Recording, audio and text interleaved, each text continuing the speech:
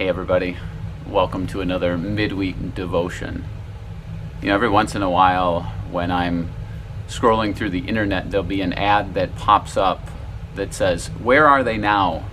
And it shows you pictures of some of the kid actors, and then they'll tell you maybe decades later where they're at in life. And some of them have gone to star in larger roles as adults, and some of them have faded off of the scene and live fairly normal lives, and some of them made poor choices and have really made a mess of their lives.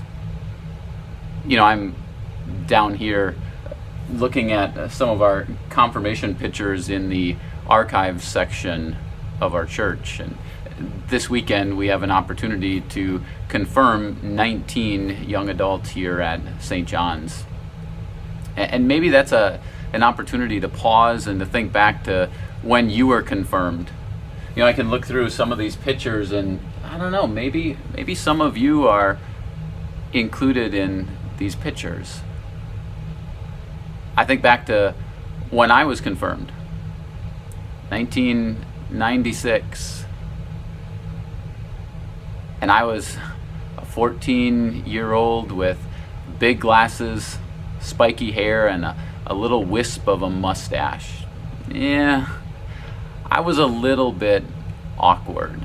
But then again, who doesn't feel a little bit awkward at that age and stage in life? But I remember as a confirmand thinking, what is God going to do with my life? Where is it going to go? And I wonder that same thing every time there's a group of kids that's confirmed. What is God going to do with their life? Where is it going to go?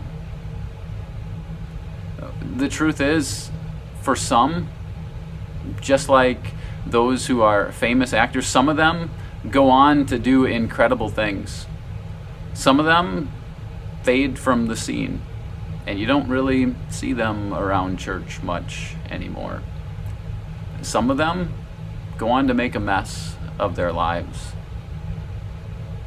I think about the end of the Gospel of John, and Peter has this conversation with Jesus after he's denied him. And Jesus once again invites him to follow him. And then he tells him what is yet to come. He anticipates the type of death that he's going to die. And then Peter turns and he looks at one of the other young disciples who we know as John, and he says, "Well, what about him? What's going to happen to him?" And Jesus says, "That's not for you to know.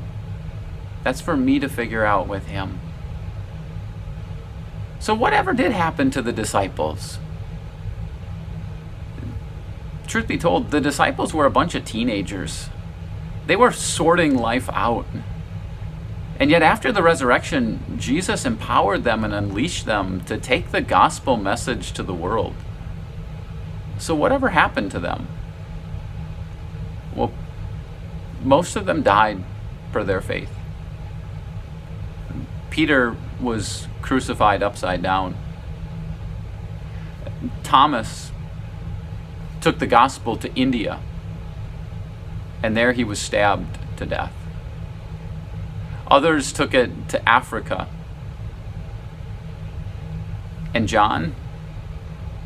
Well, even though John lived the longest and died a death of natural causes past the age of 90, John had a difficult life. John, they tried to kill him multiple times. They exiled him on the island of Patmos. And yet, he survived. Where are they now? Think about that this weekend for the sake of our confirmands. Because my prayer is that they would follow that same invitation that Jesus gave to Peter. Follow me. This is what we're invited to do throughout our entire life, to follow him. Even when we fall away, and there will be times where we do, even when we fall away, Jesus says, "Come back, follow me." So let's pray for our confirmands this weekend. Let's celebrate with them. And maybe it's a chance for you to reminisce, to look back through your old confirmation pictures and to ask yourself, where are some of your classmates? Or even more, where are you at? Where has life taken you? How has God been faithful to you? Because here's the truth. Even when we stray, even when we falter, God's still faithful to us. And God will always invite us to follow Him. Thanks for joining me. I'll see you again next time.